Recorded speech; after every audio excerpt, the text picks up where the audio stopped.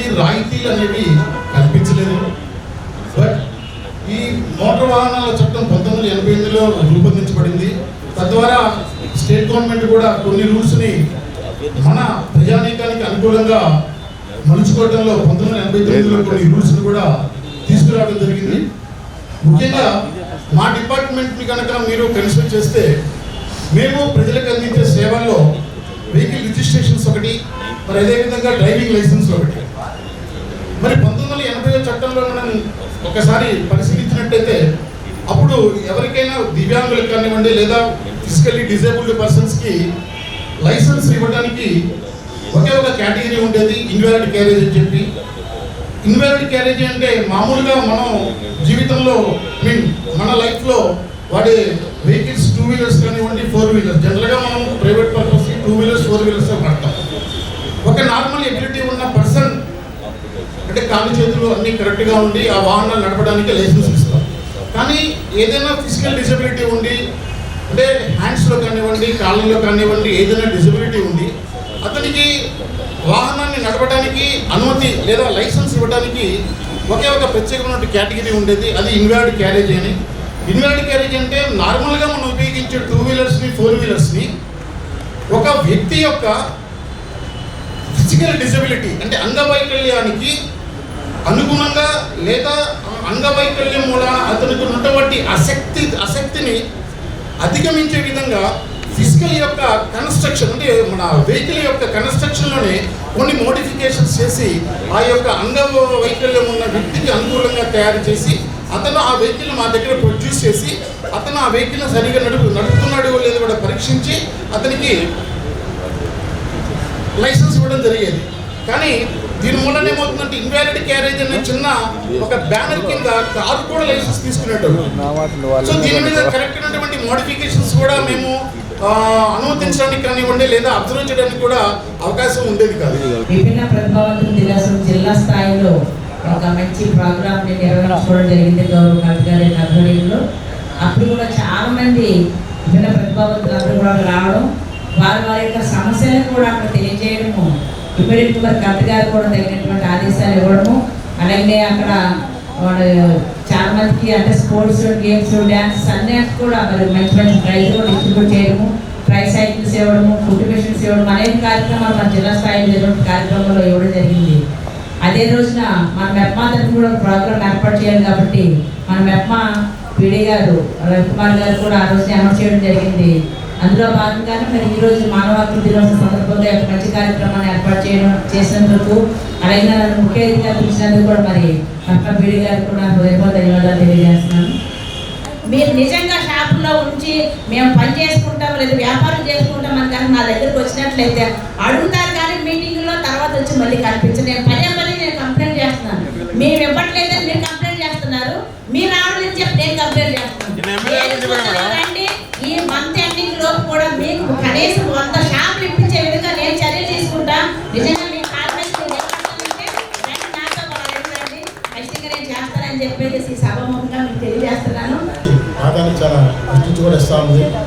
వాళ్ళకి ప్రతి బస్సులో కూడా 2 సీట్లు కేటాయించడం జరిగింది. అట్లానే ఫిజికల్లీ హ్యాండిక్యాప్ బస్సు దివ్యాంగులందరికీ కూడా బస్ పాస్ ఇవ్వడం జరుగుతుంది అనమాట. అది మన ఏదైనా ఆర్టీసీ బస్ స్టాండ్లో అన్ని పబ్లిక్ హాలిడేస్ తప్ప అన్ని రోజులు కూడా మీరు తీసుకోవచ్చు. దానికి 100% బ్లైండ్ ఉన్న వాళ్ళకి ఎస్కార్ట్ ఒకటి ఫ్రీగా ఇస్తారు. 60% మెంటల్లీ డిజేబుల్ ఉన్న వాళ్ళకి కూడా ఎస్కార్ట్ ఇస్తారు. 40% ఫిజికల్ హ్యాండిక్యాప్ ఉన్న వాళ్ళకి ప్లస్ 60% బ్లైండ్ ఉన్న వాళ్ళకి కూడా ఇస్తారు అన్నమాట. దీని అందరూ సద్వినియోగం చేసుకోవాల్సిన కోరుతున్నాను. ఈరోజు హ్యూమన్ రైట్స్ డే, మానవ హక్కుల దినోత్సవం కలిసి రావటం ఎంతో ఉత్సాహంగా ఉంది. మానవ హక్కులు ఫస్ట్ మానవ హక్కుల గురించి మాట్లాడుకుందాం, దాని తర్వాత దివ్యాంగుల హక్కుల గురించి వాటి గురించి మనం మాట్లాడుకుందాం. మానవ హక్కులు అంటే ఏంటి? ఎక్కడన్నా మనకి సహాయం కోసం ఎవరన్నా వ్యక్తులు ఇట్లాంటి ఉంటే దివ్యాంగులు లాంటి వాళ్ళు ఏదైనా మనకి తాసపడితే వాళ్ళకి మన చేతనే సహాయం, మాట సహాయం కానివ్వండి, ఆర్థిక సహాయం కానివ్వండి, ఆ సందర్భాన్ని బట్టి ఎటువంటి సహాయం వాళ్ళకి కావాలనో వాళ్ళని చేయటం అనేది మన బాధ్యతగా మనం భావించుకోవాలని కోరుకుంటూ ఈరోజు ఇక్కడికి చాలామంది దివ్యాంగులు వచ్చున్నారు. వీరు దేనికి కూడా ఎక్కడా కూడా అందరితో మిగతా వాళ్ళతో పాటు తగ్గి కాకుండా అందరూ వాళ్ళకంటే ఎక్కువ తెలివితో ఎక్కువ నాలెడ్జ్తో వాళ్ళు ఎక్కువ పనిచేస్తున్నారు. ఈ మధ్య ఓ సినిమా వచ్చింది రాజా ది గ్రేట్. దాంట్లో హీరో ఎవరు? Blind person. కానీ అతను చాలా హీరోచితంగా పోరాడి హీరోయిన్ని ఆ అమ్మాయిని రక్షించడానికి కానివ్వండి, మామూలుగా అన్ని అవయవాలు సక్రమంగా ఉన్న వ్యక్తుల కన్నా కూడా తెలివిగా ఆలోచించి చేశాడు. అది ఎట్లా వచ్చింది? అతను చిన్నప్పటి నుంచి కూడా అతని యొక్క అవయవ లోపాన్ని అధిగమించడానికి వేరే విధంగా రకరకాల ప్రయోగాలు చేసి ప్రాక్టీస్ చేసి అతను ఆ యొక్క సంపాదించుకున్నాడు.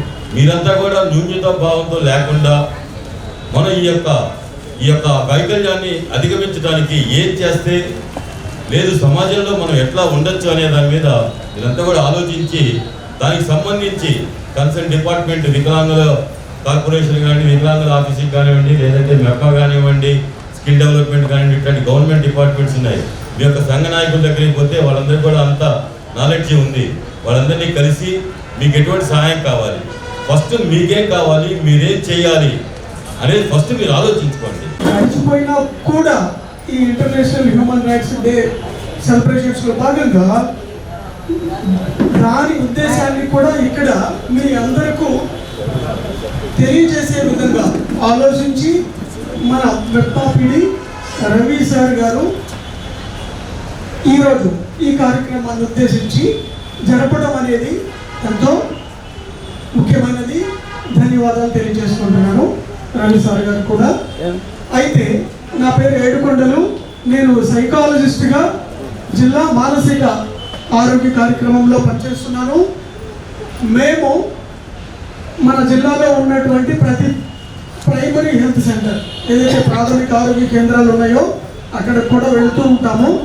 మీరు మీది విభిన్నమైనటువంటి ఏదైతే డిసేబిలిటీ లేదంటే రాలేని తత్వం ఉంటుందో వాళ్ళు మీరు మీ యొక్క ప్రాథమిక ఆరోగ్య కేంద్రాలను సంప్రదిస్తే కూడా మేము ఏ రోజు పిహెచ్సి విజిట్ ఉంటుందో ఆ రోజు మీకు చెప్తారు.